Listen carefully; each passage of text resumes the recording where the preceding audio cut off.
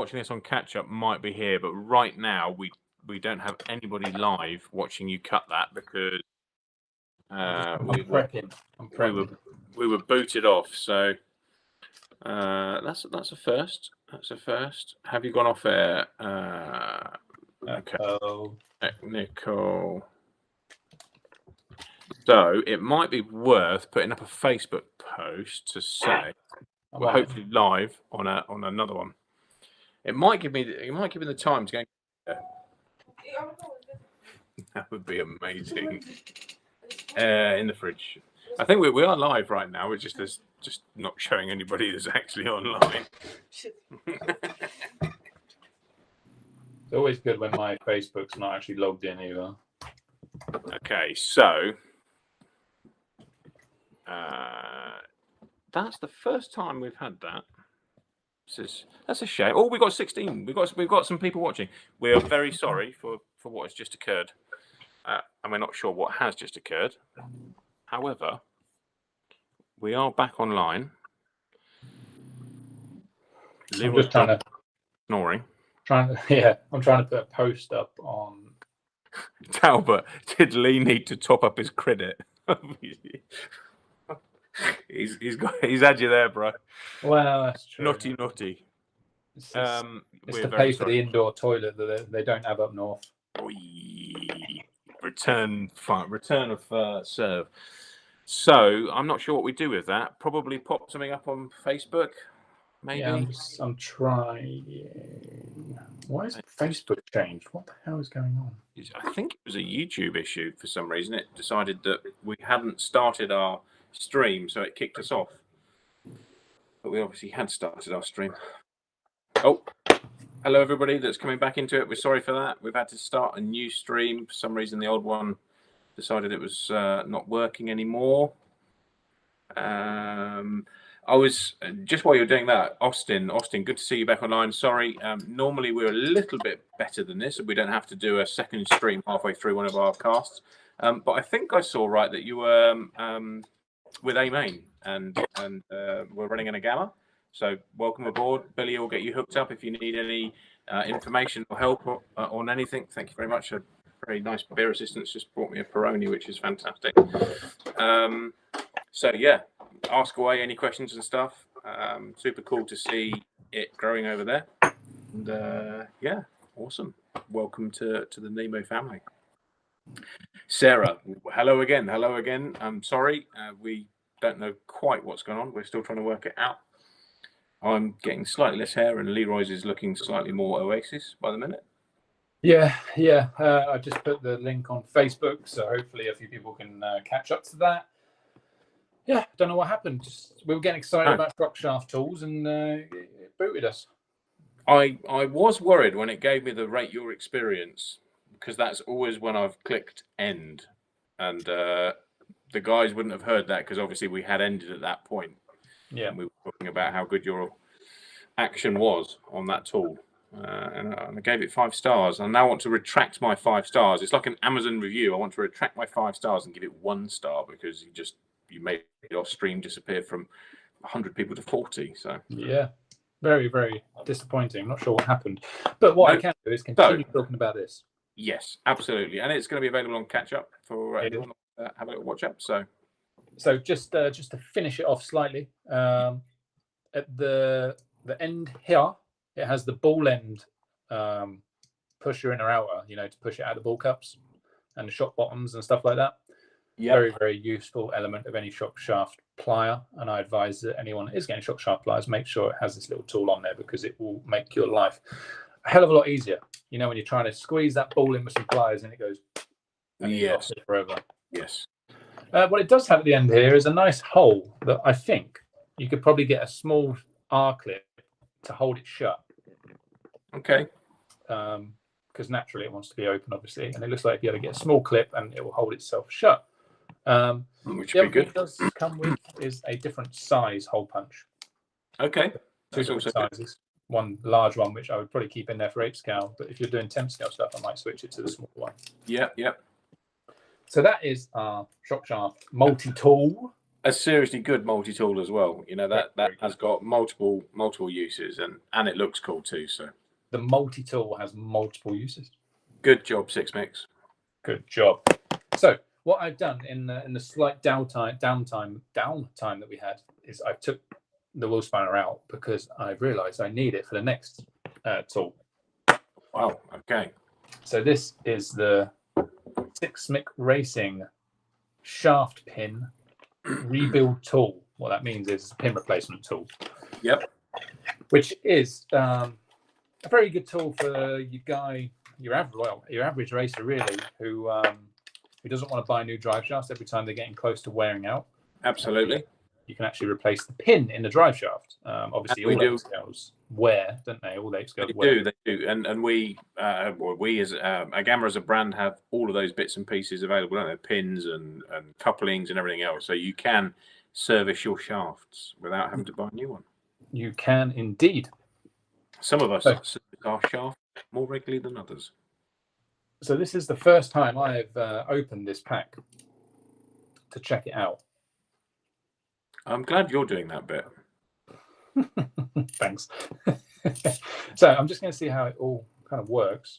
Okay, I like it. I know how they work. I've had them before. I just want to check this one in particular because it's got this thing.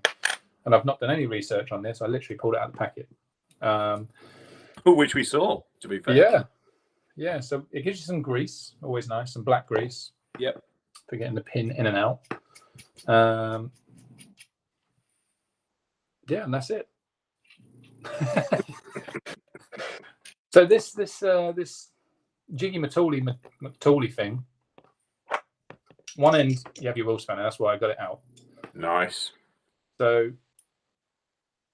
I guess I'm really gonna have to do some research on this one. But ultimately, what you do, and I'll do a video. I'll make sure I get it right before like really mugging myself off. But ultimately, with any pin tool, is you'll put the drive shaft through the middle. Yep. You'll then screw it in one end. Yep. Keep twiddling it. Push it through. This end with the open end. You can screw it in. It hitches onto the pin, pushes the pin out. You then get a new pin. You put the pin in the open hole area. Yep. And then you slide her in with the drive shaft still. And then as you get down to it, it will start to push the pin in. And as it pushes one in, it pushes the other one fully out. Perfect. Yeah. And you'll use this I saw a video recently of that. Clamp. So what we'll do, I think tomorrow we'll do a video on how to actually do it. I like it. Sounds good. Put it And online. a perfect reason to get the wheel spanner out as well, because it just all fits in and looks nice. Everything fits together, and it's black and red like Nemo. You look at that corporate color. But we've seen some new guys coming in again. So sorry for losing the stream earlier. Not massively sure what happened. We had to start a new one. It wouldn't let us restart the old one. So apologies for that. And welcome back. Welcome, welcome, welcome. Welcome back. So that was our news items on sickness. Not quite, no. Oh, no. Also, what I have there is my personal stock, but just some black fuel tube. Yes, very nice. Lots of people like black fuel tube. And we have the tyres. We do. So we in the UK, we have quite a lot of synthetic tracks to race on, AstroTurf and things like that in 8th scale. And Six Mix do a fantastic range of tyres that are developed for those conditions. So we've got some test stuff that have come through. Leroy's going to show us in a minute all different patterns and bits and pieces. We're going to be testing them as soon as we can get to a track that is AstroTurf. And hopefully we're going to come up with a solution to a tyre that does not need to be dremeled and cut down and is still super fast and all of the above, like a mini pin from Schumacher, which is a good tyre, but you have to put about an hour's worth of prep into it to actually using it on AstroTurf tracks, which is fairly laborious. Only an hour. Well, yeah, exactly. I was trying to be not too negative. We think we've got some fantastic options that will be a revelation. Yes. Leroy, show us. So yeah, first of all, we have quite a big pin tyre, which I guess will be a bit like an angle spike. There it is. Let's just go straight to it. Yep. A big pin, nice spike. I think we've already nicknamed it the Turbo Rat, haven't we? We have. It is like going back in time, but it is very stiff and would leave a lovely mark on you when you marshal it when someone revs your engine. Yes, or we have the softer version. Less So of I them. think we could probably do this by sound. Should we try it? Yes. So here's a soft one. That is like combing my chest hair. Yeah, and then here is the hard one. Bum hair. Bum hair. Got it. So chest bump done. Exactly. Chest bum done. Nice pattern. So we think this will be great for big pile astro or damp astro for this one. So I think that's going to be a good time. I would agree. I would agree. And we'll be testing that as soon as we can. Moving on from there, we Yes. have the tyre, which I think could be in a good relation to a mini pin, but way easier to get to go, which is this one. I like that. That looks cool. It's definitely a nice compound. It's in the harder bum hair one. It's in the bum hair compound. And that to me already looks like you're not going to need to trim anything, and it's not going to be too grabby, and probably a joy to drive. Because the biggest problem when you cut all the pins off with a Schumacher tyre, you actually end up with a tyre that's only that wide. Yeah, it is actually bonkers what we do with that, just because that's kind of what you have to do to make them work. 100%, 100%. They are fast, but yeah, man, it's a pain. And if you were just club racing, you really wouldn't want to be running that tyre. It's actually not fun. It's not fun to drive. No, agreed, 100%. It's a chore. I think that looks a fantastic pattern. It reminds me a little bit, just because it looks like a friendly profile of like a free ride in some ways. But I think that's a cool looking pattern. I like that. It is cool. I should try that. I'm looking forward to testing that. Test that pretty soon. Yep. We do have some others which are generic dirt tyres, which we're going to try and astro, but to be honest, we think the other ones are best. But these are cool. We're going to have these for dirt anyway in the store. So yep. The stolen ones, they go. Very nice. Good. So last thing, just before we check out. Yes.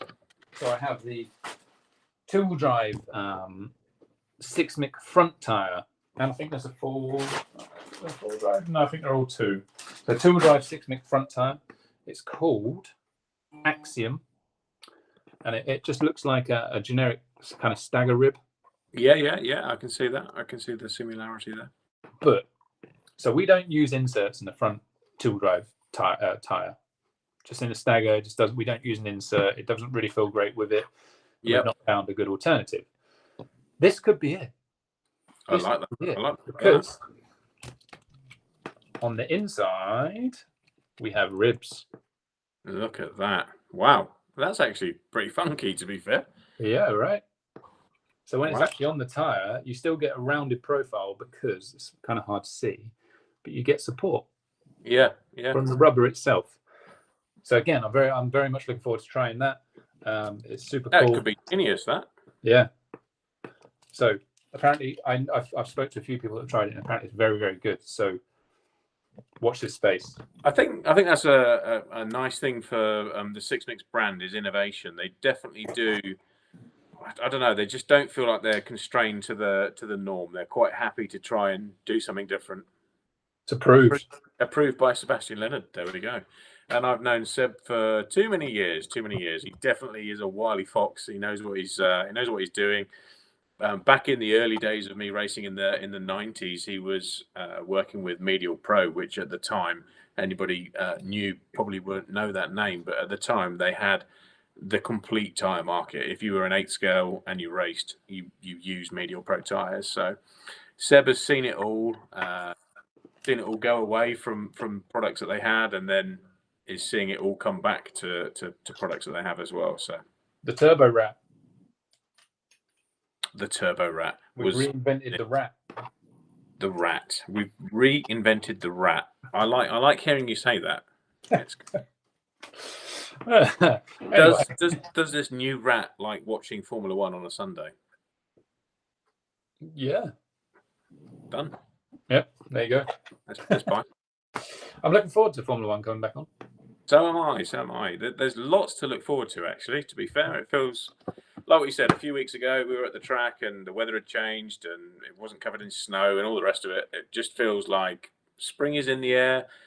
Bojo's given us some good news today as well with coming out of lockdown and stuff, and it just feels like there's a lot of positivity going on. So we like it. So six mix done, carbon fiber stuff done. We announced a couple of our Italian young shoehorns that are staying with us for this year again, which is fantastic. Certainly we like Giovanni. He's been with us now for quite a period of time. He is super fast. I haven't had much time to talk to you about Giovanni, but he is definitely one of the Italians that could be the next set. And we've seen, they've had some pretty amazing drivers in their youth come through. But super family, awesome that they're staying on with us. And the same to welcome Andrea back as well, Trevor San. He'd gone off to Mugen, I think it was, for last year. Might be wrong, but I think it was Mugen. And back into Agama. He'd been with us for a few years before that. Always nice to welcome people back.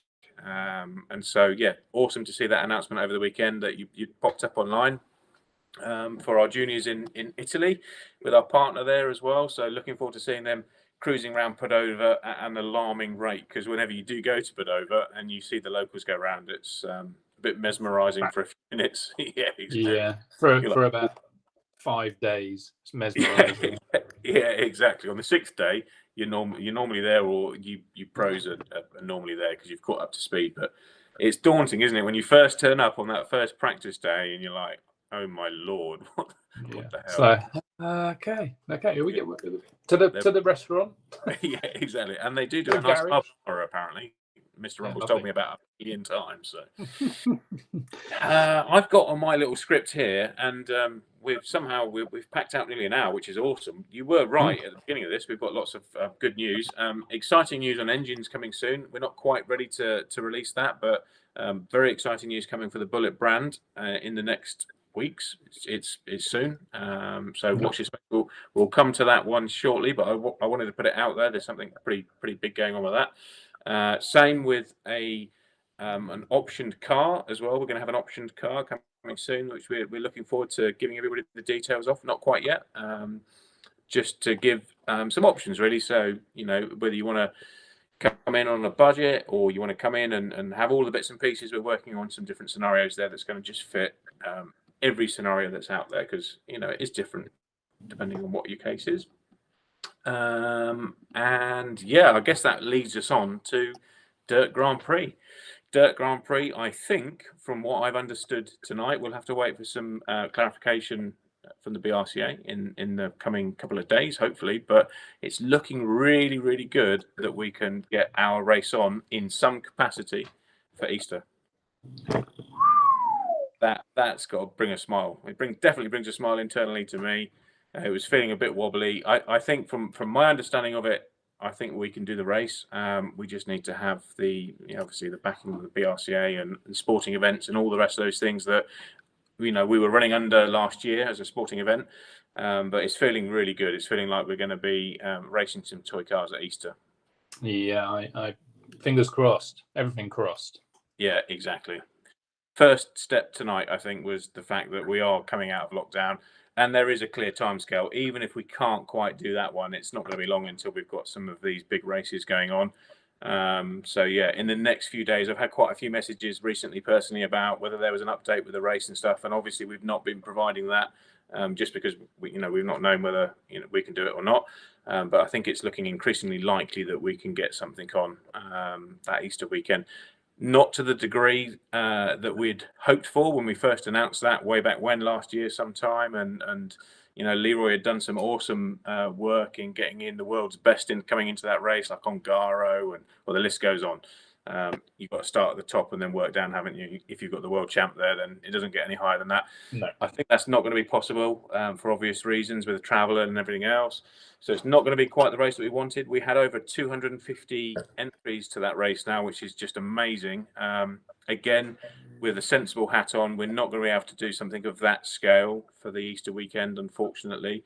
And personally, I'm sorry if we do get to do it and you don't get in, I'm really, really sorry.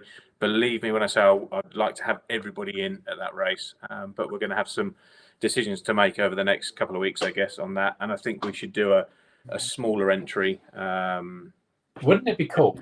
Now, I'm throwing this out there. Yes. And we haven't discussed this. We haven't. Wouldn't it be cool if you could do, obviously it's 4 days, which makes it a bit awkward, but you could stage it. So you have X amount of people, let's say 50 people on one day, 50 people on the next day, the top 25 from each day, if they want to take it, have a place in the grand final on the last day. It would be very cool. I'm not sure logistically how easy that would be, but it would be very cool. All options are open right now. It would just be fun. I don't think hotels are, which might be a limiting thing. Well, that makes it even better because people can go away and come back. True. Yeah, it's true. So you could have, for example, you could have the Friday, 50 people, top 25, then get offered a place for the Monday. So you have a few days, and then Saturday they could do the same, but you have Sunday off, and then the top 25 from each can come back on the Monday. I like it. I think it sounds like it could work. And like you said, we've not even discussed this. So no. And I mean, let's you don't your thoughts on the days you went, so you wouldn't pay £100 only get 1 day's racing, for example. Yeah, absolutely. Yeah. I mean, it could be a very sensible solution to. Yeah, it could be. Let us know your thoughts on the side. Anything right now? No thoughts, and even on the Sunday or the other day, you could do like a juniors. You can only come if you're under 20 or whatever. I don't know. Yes. If that's a junior anymore, under 18. I'm not sure. I'm going to disappoint you in a minute because I'm going to pee my pants if I don't go for my normal toilet break. So, as we've covered that, which is fantastic, we think we're back racing very, very soon. Let's talk about the DNC, and we should have a winner and a loser from the DNC. I'll still be able to hear you live from my toilet. So, winner and loser from DNC. Can we hear you though? That's the question. Yes. So, winner. So there's only one winner for me, and I can't. Did I pick him last week? I can't massively remember. I'm pretty sure I picked Mayfield to win.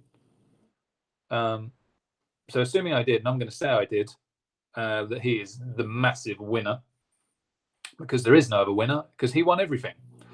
So that is a winner. If we take him out of it, my next winner would be Tanner Denny. Tanner, I've known for many years. I've known him since he was what seemed like a baby. And it finally, well, not finally, but the effort they put in and all of his expectation kind of thing. Everyone thought he was going to be great, and I think he still is going to be. But, he drove wicked and got a podium in Nitro, which is no easy feat, and not that many people will have done. So super pumped to see him do really well. So they're both of my winners, which makes a winner for John even harder to choose. Did you want to choose a winner before we move on to losers? I'm just going to start wearing center pads, I think. Nice. Think about it. Tenor pads, but center used to clock some things up too. So winners. Did you choose Mayfield? I chose him because he was the only winner. He won everything. But then I chose Tanner Denny as my secondary winner. Yeah, I did hear that. And I don't know Tanner, but in fact, the only thing I know about Tanner is the driver profiles, that cool thing that Live RC did. I don't know whether you saw it, where they were profiling their drivers. Did you not? It was really cool. I think the winner was Live RC. No, that is a cop-out. It's not. That is 100% a cop-out. Was awesome. I found it engaging, and I've so the winner could be the viewer. Engaged. Okay. Apart from Live RC. But hold on, before you get into that, what's this driver profile thing?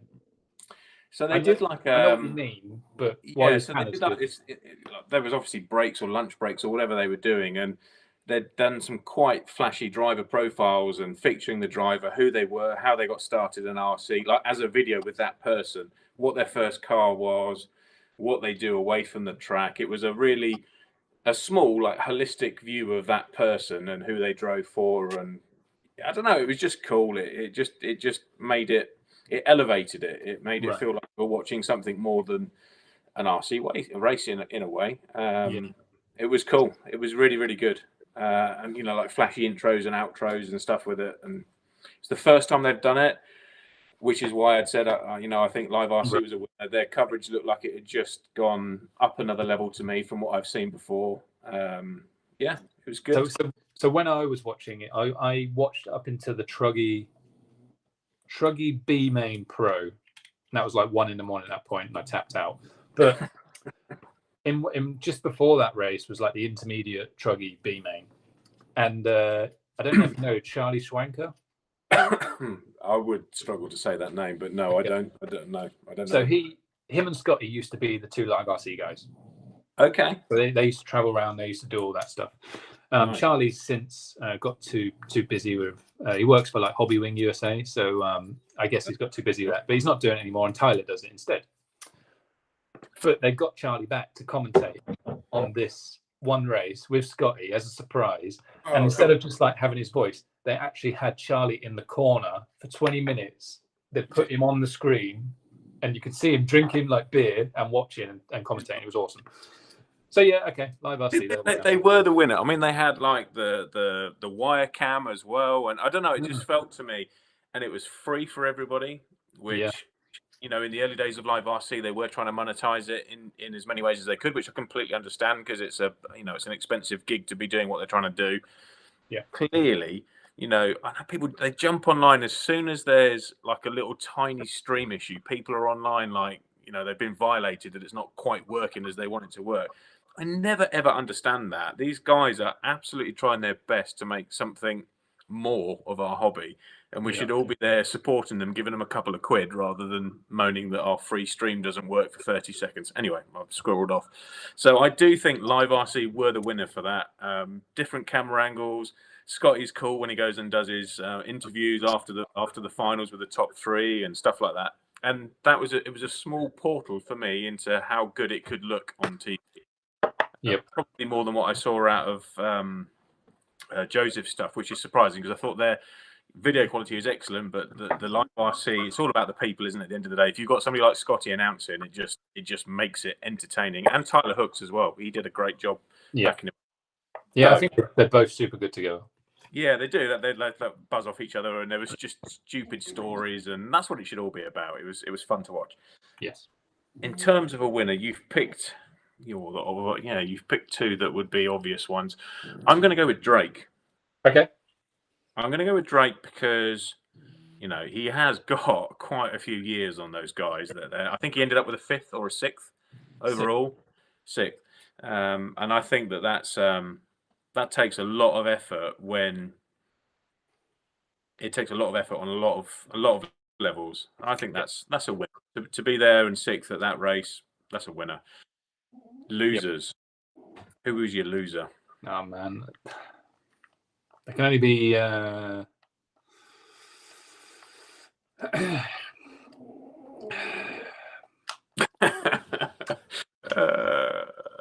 mean, Ty has to be my loser for buggy. Bastard! You can't keep taking my picks. You should have chose first. I should have done, shouldn't I? I played this game wrong. Yeah, I don't know what happened. He didn't hook it up in qualifying. Truck, he did well, finished 4th in truck. Yeah, he just. I mean, I watched a few runs of him. Didn't look comfortable. Sometimes I think there's too much pressure on him. Yeah, he's very much a one-man show over there, and he gets a lot of pressure from lots of different angles. And he just didn't look like he was driving to enjoy it, in my opinion. Yeah, I would agree, and like you say, I do feel sorry for him because I think there is, there was like almost outrage that he hadn't qualified straight into the A main, and I think you need to be a little bit more holistic about how you look at the racing at the moment. There is a lot of very, very good drivers out there right now, and many of those guys we might not have even heard of before. But it doesn't mean that they're not any good. They're all putting in huge effort into their program, and they're there. And like you say, I watched it much more than I normally would of those sort of races. Watched the pro heats. I saw him struggle. I thought either his car or his tyre did not look particularly hooked up. Obviously, there was other people on the tyre that he's changed to that were doing very well, like Cole Ogden. So absolutely not trying to say the tyre wasn't working, but Ty's package as a whole didn't look comfortable on the track, and it looks a very brutal track, very fast and full of bumps. And we all know from our own racing, it's super difficult to be fast and then consistent on that. And likewise, I watched some of his qualifiers, and he was running in seconds and thirds, and then just had a crash that threw him off the track for 10 seconds, and suddenly you're nowhere when it's only 3 rounds and 2 to count. Very, very easy to misstep. So yeah, I would have probably picked him as well. See, in the final, I know there was supposed to have been a clunk issue in his nitro buggy. Like you say, in truck, he did well anyway. He finished 4th in that, which is pretty good. I didn't actually see that race. But in the buggy, obviously he had some issues when he came in for fuel. Like I say, I understand it was a tank issue with the clunk, which we've had ourselves before. In fact, we had it at the indoor race recently with Brandon. Yeah. Anyway, I would have picked him. You've picked him, so I need to choose somebody else. So I'm going to go with. Okay, you can take him if you want, because I've got someone else. No, I'm going to go with Dakota. Yeah, that was my other pick. So Dakota is an enigma. Yeah. I have been lucky enough to be stateside and watch quite a lot of these races, present when he's doing his thing or not doing his thing. And I can't work it out. I can't work out how you can dominate qualifying, which he often does, and then not feature. I saw it at the Raw Nats when we were over there. Not feature. He was featuring. He was up there. Was he? Yeah. What went wrong? A flame out or something. There is always something. You PQ'd 3 classes. You end up, when I say not featuring, I don't mean like in terms of suddenly you've got no pace in the final, but not featuring in terms of when the big pots are handed out and there's a trophy girl to hug. He's not there. And I can't understand it. Once or twice, we know 8th scale. It's difficult. You've got to have so many things go your way, and only one thing not, and you're not there. But consistently, Dakota is either TQ in these races or very close to the front, and consistently is not there at the end. And I feel really sorry for him. There must be a reason. So he was 3rd when he tapped out with almost a 5-minute stop. So that's not a flame out. No, wouldn't think so. Something happened. Obviously, he got 2nd in both the other classes, which is. But I agree, though he's my loser because to dominate qualifying. Yeah, he didn't just scrape TQ. I mean, when I looked at the results and I didn't see some of those earlier ones, I have to say, but in qualifying, he just dominated. I nearly sent a message in our group chat to say, "Wow, that's some pretty big domination going on right there." So he only didn't TQ 1 round of all 3 classes. You should come home with more than some podiums and a DNF.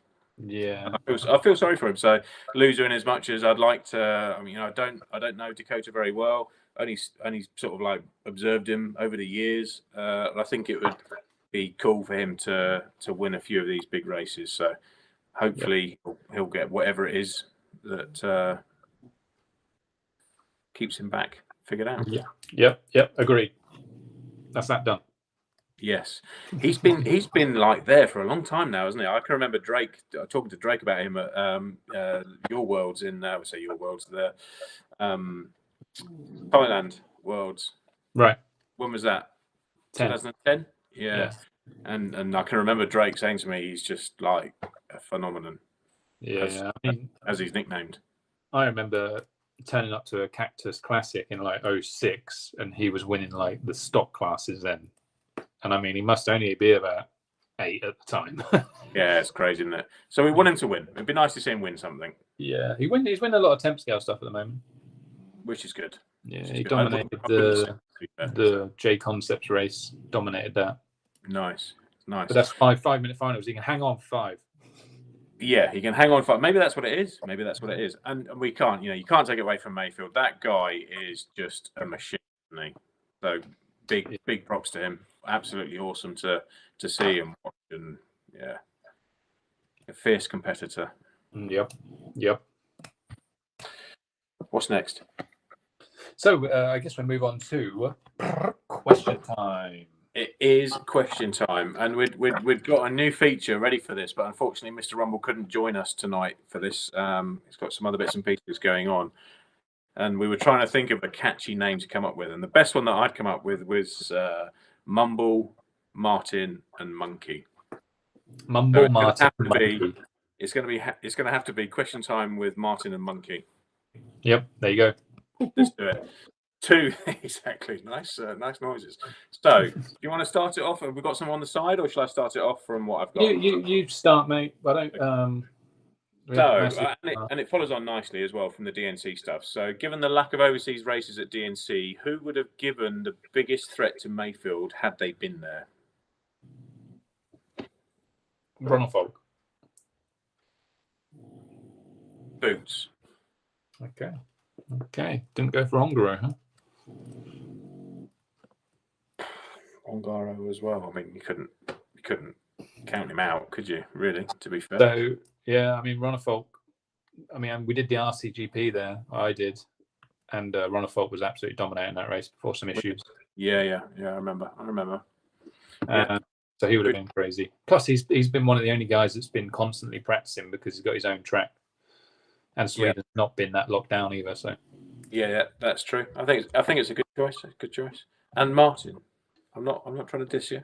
You could have been there, but absolutely no reason whatsoever. 100%. I mean, apart from COVID. Yeah, apart from COVID. I mean, but otherwise we could have been there and dominating.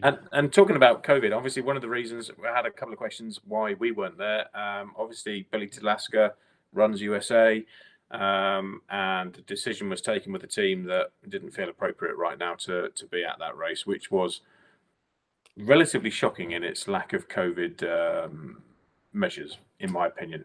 Yeah. Plus, Billy has obviously had the difficulties of the storm, guns and storms, and damaged houses, and a lot of reasons in the background as well. But it seemed like a fairly decent idea to miss this one. Yeah. So one thing that people have mentioned that we should probably talk about is the guy that tried to marshal the car with his head. I did see that, and that is one of the questions for mine, which was, should marshals wear hard hats? No. Well, it would, in our current times, it would give some serious issues into how you sanitize those hats between. Well, everyone has to have their own. They would, I guess. I think it'd look quite cool if they were like World War II hats or something. Like bullets in the side. Did DXR or Neo Buggy or whatever once have like baseball hat things for a jump? I've got a vague. Well, the guy got knocked out, didn't he? He did. So did it come after that when they It must have. The people, the marshalling there. I mean, that was sketchy. The people that were marshalling there, I think, did get a hard hat or something. I don't like crossovers at all. You're taking all the questions away here, which was, why does Lee hate crossovers? For this reason, I've actually seen it a few times, and one of them was at DNC. 2011, my last race DNC, they had exactly the same thing in pretty much the same spot. And you get so drawn into a crash. Like, you see a guy go underneath and he crashes, you just go for it without thinking about another lane, because you never normally have to. And I've seen it so many times in temp scale. They put like crossovers in, and you watch one bit and you want to get to a car marshalling, you forget there's a crossover there. Yeah. And people will say, "Oh, the marshal's an idiot." Trust me, when you're doing it, even I forgot, and I know RC, I know how to marshal, and you just, in the heat of the moment, you forget about it because you're concentrated on one thing. And I know of a young kid, Ellis Stafford's kid, was at Maritime and he got hit smack in the head by a car. So I saw the one at the DNC when I was there. I was on the hay bales, so it was almost the same. So people were sat around the top. I was sat in one of them. Literally from me, 5 meters away, the guy got hit in the head, and there was blood everywhere, like sparked. And stopped the race and pulled him off, and there was blood all over the track. It's not good. It's not good. I can see your argument. Yeah, I mean, even that video. I mean, everyone's probably watched it by now. You could see the car under, and by the time he got there, it's that thing that clicked up. I know I'd fucked up because he was there and he looked at the car and went, and just, he went all scouse on us. yeah, and it's not the car's fault. You know, he didn't expect a guy to be there. And... No, exactly. One of the, in our times in the UK, one of the best implementations of a crossover bridge was Kent. I thought that seemed to be fairly not sketchy in terms of dying when you're trying to do stuff. Because there was no literal drop off. No, the literal drop off is the issue. Yeah, really, did you? I think the literal drop off is the issue. Good lord. Yeah. That any crossover sketchy unless you fully controlled it like the Kent one. Yes, exactly. My next question, which kind of leads on to this because it was rife at the DNC, is track cutting. It's shit, isn't it? It should just be disqualify. If you track cut, it's done. That's what I think. It's because it's pony. You know, when you drive your car not around a piece of track, that you are cutting the track. Whatever justification you try to give to your pit man, your girlfriend, the bloke that's watching, whatever, you know that you've cut the track. You've cut the track. Yeah, exactly. I mean, ultimately, yeah. The only, like for me, the only exception is like when there is a step-up jump, like there was at DNC, and you come off the side. I think if you can show that you've kind of driven up the side and then bumbled off, fair enough, because it is like almost impossible to get back on where you left the track in that scenario. I think you need to show and demonstrate that you have tried your best to be where you should have been. Can you remember Redovan for the Euros? Yes. Across the back jumps, and you couldn't see where the car was, and if you went off to the left, they gave you a penalty if you instantly didn't go back on. Yes. The car was traveling at 40 miles an hour. Exactly. It's not possible to do that. Like you say, that's perfect. I got a lap penalty because of that. Did you? Yeah, when I went down the hill, and you know, because the track actually went to the right, so sometimes you'd fall off to the left, and it was like, I mean, if I was doing, a lot of people were doing it. It wasn't because you were shit. It was hard work, And it went off, and I like jumped off the side of the tabletop and got back on, and got a lap penalty because it didn't come off. I would have had to have spun around the track, drove up the hill. Yeah, that's stupid. Got back on. There definitely needs to be some common sense with it. Who was that? Stitson. Oh, good old Mark. But at the time, it was like, I accepted it because they told us that we were going to get a penalty if it happened.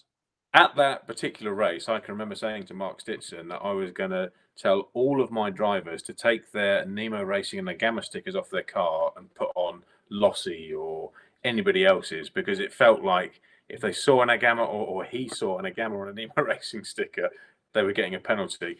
And that was partly trying to defend Johnny, which I was always trying to defend Johnny with Stitson. And he'd got a penalty for something that he really shouldn't have. I can't remember what it was, but he really shouldn't have had the penalty. And I lost my shit just momentarily. I was like, right, that's it. I'm going to put Lossy stickers all over our cars because then maybe you'll give us a break. In that instance, going down that hill and you come off the side, you should not get a penalty. No, and it wasn't dangerous. But if you're literally cutting a corner out, that's different. That's different. Because you're not. At least I followed the track. I had no advantage. DNC was sketchy, wasn't it? Having watched, like I said earlier, more than I normally would. My God, there were some manoeuvres. I wished I'd been in it. I was like, this is a race for me. You can just do what you want. It's fine. And they need referees. I mean, they never have referees in these races. It's a big problem. Poor old, you wouldn't have seen it, but the toe, Greg Degani, JQ, my God, he got ruined in, I don't know if it was an over 40s or the pro race he was trying to get through. And I know Joseph was online getting excited about it. Right, because he didn't bump out the bottom final in pro. No. It was quite fun to watch with a ironic. Because he was like first going on to the last lap or something. View of it, yeah. He got drilled a few times. Really? It was like, it was embarrassing, but no penalty. So no pen. Foul. No pen. That is rock on. There's the only disappointing thing about American races in general. Agreed. Yeah. Anyway, move on. Yes. So I think that ticks. Well, actually, there was an ending part to the track cut, which was how would have Rumble called it, and we can't get Rumble on tonight, so we won't know how Rumble would have called it. No idea. Beautifully, he would have called it beautifully. He would have done his very best vintage accent. Exactly, and I would have been there to backing up in my 1960s accent too. Yeah, exactly. Perfect. What?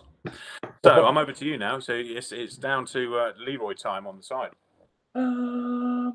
Yeah. So we'll look down the sides. During live N5RC says during an interview on Live RC during DNC, Ronald Folk said he could use high nitro content fuel with government document. Are you guys offered that as well? Well, we're still kind of waiting for clarification on that, aren't we? Yeah, I think we're going to be 25% this year in the UK from the last that I had on it with our governing body. And I think at some point we won't be on that, and we will be following the EU rules, which kind of makes sense at that time as well. I think, to have a year transitional period for us, if we can have that, then happy days, and then we can go into the following year on the lesser percent nitro fuel, which is really a non-issue. It's shim your engine slightly differently. We'd do that from manufacturer if that's the rules anyway. So you'd still just take it out of the box, put your fuel in it, and use them. No biggie for me. So, yep, agreed. So Glenn and Duncan Haller being our clothing expert, says there are baseball caps with hard shells available. Well, there we go. That could work. That could work. I mean, people still have to have their own in this current time. Plus, I wouldn't want to put anyone else's sweaty hat on anyway. And it would be sweaty on occasion, wouldn't it? It would be nice for it to be an option which doesn't look gash. And if you're near a jump section, obviously, if you're not, there's 0 point. No. But yeah, maybe. Yep. So Andy B says the best person of DNC was the disco dancing Marshall. See, I saw all the references to that, but I missed it. I have no idea. Andy, have you got like a link to it? I'd love to see it.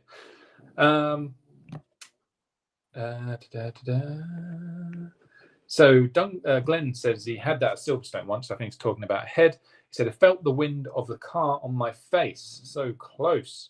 Ooh. I've had it a few times. Where it's I've been there as well. Craig Homer, imagine how the driver felt. I hit a kid at Wickham with a micro, and that was bad enough. Oof. Yeah, I can imagine. Yeah. Winston Barnes says, anyone remember the Blackpool indoor race Dukes of Hazzard jump? Awesome. No. Glenn says, Elliot was saying new fuel with a volume actually worked out 12% rather than 16%. How badly will that affect performance? Again, minimal. You shim your engine for it anyway, which, like I said, at the point where it's our rules, we would do that at manufacturer anyway. So you take it out of the box and use it. You get slightly less power. If everybody's running the same stuff, it doesn't make any difference at all. So yeah, engines are going to run a little bit warmer, so you end up riching them up slightly. But like I said, if everyone's doing the same thing, it's a non-issue. And if that's what we need to do to keep nitro alive and well and everything else, then happy days. And like I said, if everyone's doing the same thing, it makes absolutely no difference. It's like a Formula One car going around the track 2 seconds slower. You can't see that. You can't physically actually, see it. So as long as it's the same for everybody, it makes no difference. Yeah. Our man Mike Hunt says, do you think Drake should be allowed to do 40 plus and pro?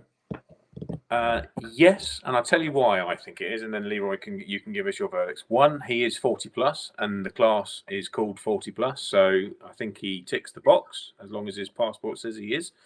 And look at the people that he was racing in his 40 plus. He was racing Richard Saxton, which he was one of the best in the world in his time. He got the nickname the King in America.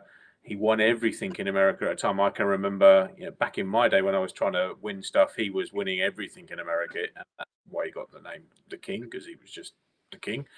Greg Zagani, world champion. Not sure we need to say any more about that. At the same time scale. So, you know what? If Drake is that much quicker, if he's 2 laps quicker than those guys now in the same age bracket, well done. Well done. Why should we penalise him?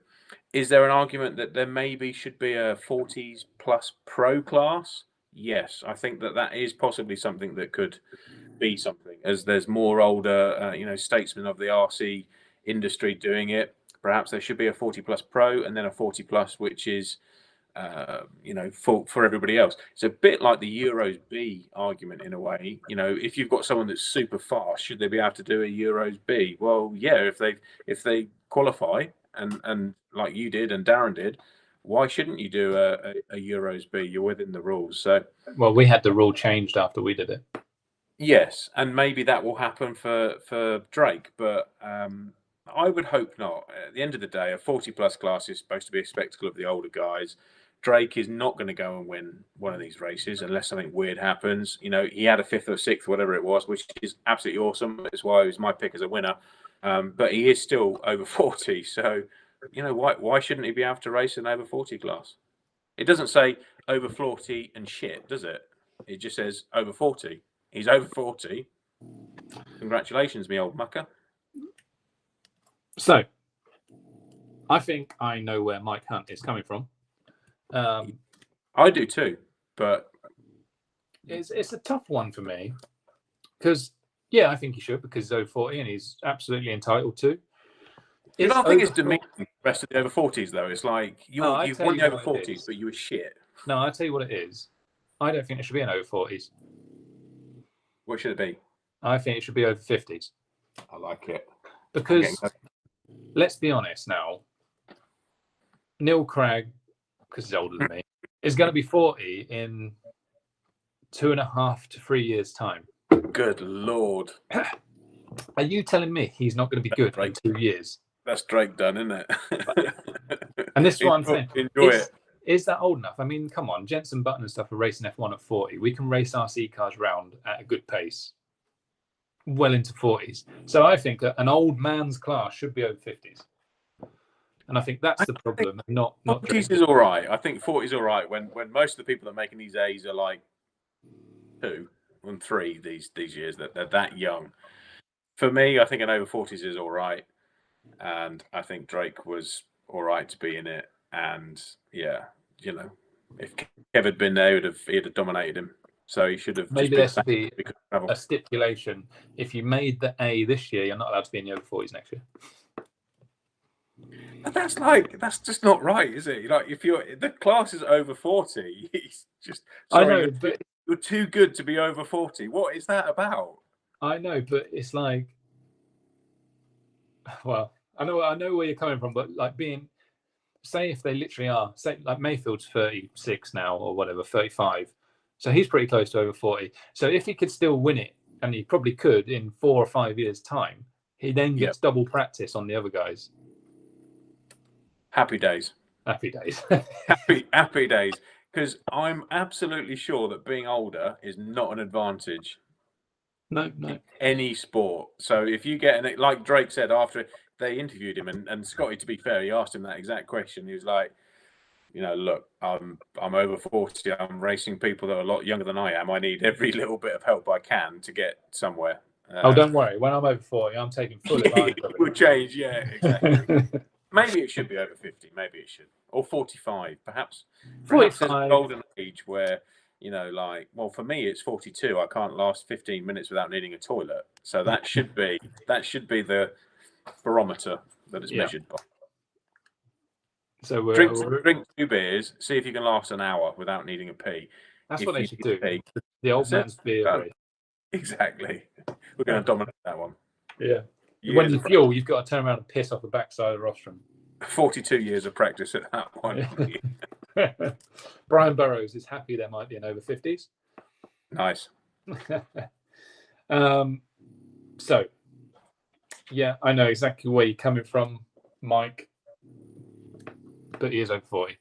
So unless you change you can't change the fact that he's not over 40. You could change the fact that it could be over 45s.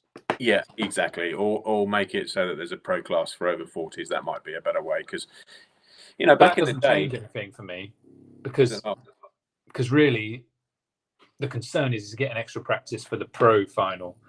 So if you have an over 40 pro, you're still getting extra practice for the pro final. And probably there'd be like 2 people in the over 40 pros.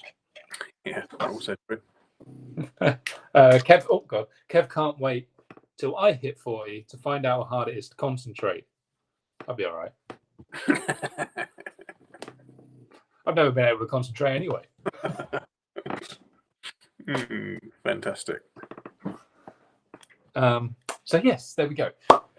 Is there anything else before we kind of wrap it up? Because we're again gone from nothing to an hour and a half of loveliness.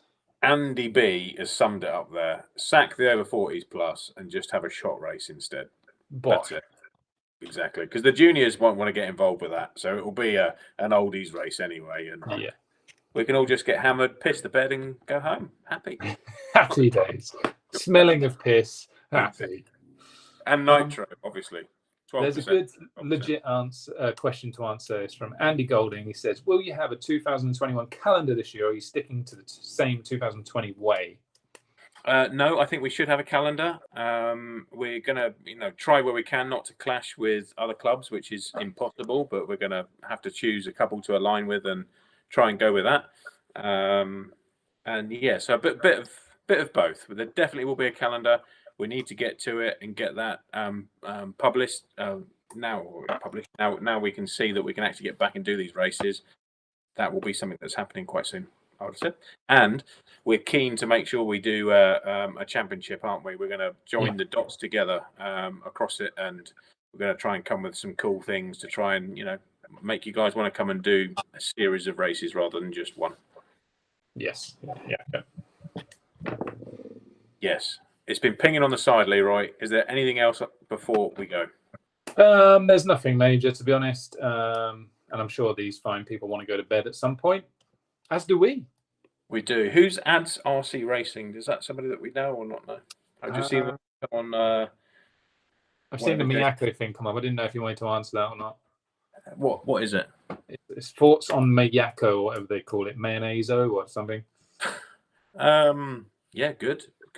Yeah, I mean, anyone that's hungry for it, and this is JQ's new thing, right? Yeah. I think. Yeah, I mean, JQ's got some good ideas. If he feels like he needs to rebrand and do something new again, then also good. Genuinely speaking, I think it is good to have people that are trying to do things in a different way. I've looked a little bit at it, not a massive amount since that first teaser thing about a week ago, perhaps.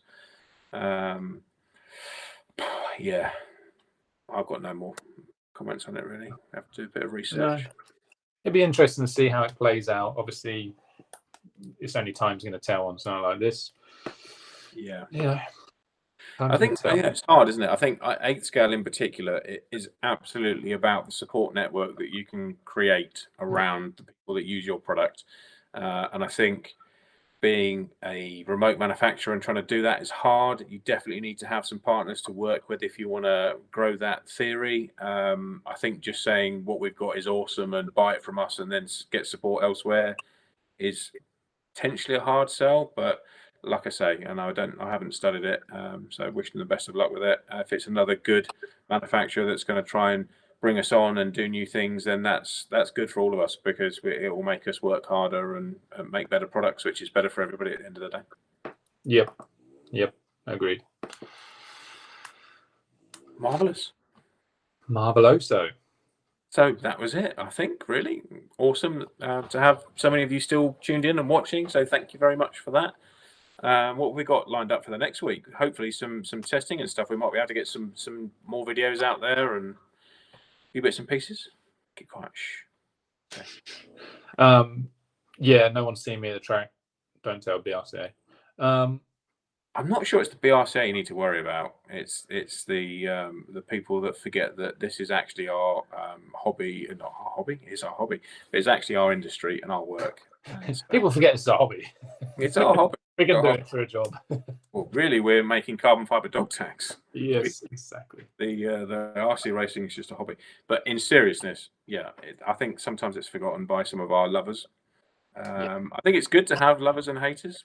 I mean, that's normal in life, isn't it, at the end of the day? But yeah, if we're out there and we are testing stuff and trying to share that with everybody, that doesn't mean you need to run off to the BRCA and try and say that we're breaking lockdown. And very soon, all of that, thank goodness, is going to be a distant memory, and we can just all get on with racing cars, loving each other, loving the sport, and we won't have to worry about the curtain twitchers that are there trying to cause trouble in the background. And I, for one, cannot wait for that, because the last year has been poo for that. Yes, me too. Let's all get back to being normal. Exactly. So, Excited. On that bombshell, on that exciting bombshell, take it away. So, guys, again, thanks for watching. Please remember, we have a special deal on at the moment. In case you've all forgot, I'm going to tell you about it again. Good. So, when does this expire? I think it expires the end of lockdown, right? Or not? Forever? Indefinite? Forever. Forever. Why not? Why not? It's a good day today, so it's a good day. So, do not delay. It's a good day. It's time to get your deal underway. So, for anyone that's forgot, if you buy a Gamma Racing kit, whether that be an A319, an A319E, an A215T, or A215TE, you get free 12-month membership. 12-month membership to the track, and that's an all-access pass. So you can come and play with your brand new car, a Gamma 8, whatever it is, for 12 months free of charge. All you got to do is book a slot. You even get a fancy membership card. So our brand new CNC cutter can put fancy engraving into the card. So you'll get a very fancy, awesome steel. I guess it's steel, isn't it? Yes. Yeah, steel NemoRacing. Have you got one in your pocket? No, I just took it out. Oh, I think I've got one somewhere, but anyway, you get a really fancy. We'll bring it on the show next week. A really fancy NemoRacing membership card with any kit purchase, and that full access pass. You basically get the kit for free, because if you take full advantage of it, it's like £575 worth of free goodness. It is, and for what it's worth, you get access to us, because we're there nearly every day. One of us is there every single day, and we're there to help. So. For what it's worth, you can, bash us for help. That's what we're there to do. Yeah, exactly. And we just want to make sure you get the best out of your products. Everyone wants a different setup or a different type of product. So we are there. Myself, John, Mark, Phil, one of us is always there to make sure the car is set up for you. Not for us, but for you. Perfect. Like it. Good sign out, Leroy. Yep, there we go. So thanks for watching. Please press the thumbs up, press the like, subscribe, press the bell icon, and we'll see you next week. See you next week.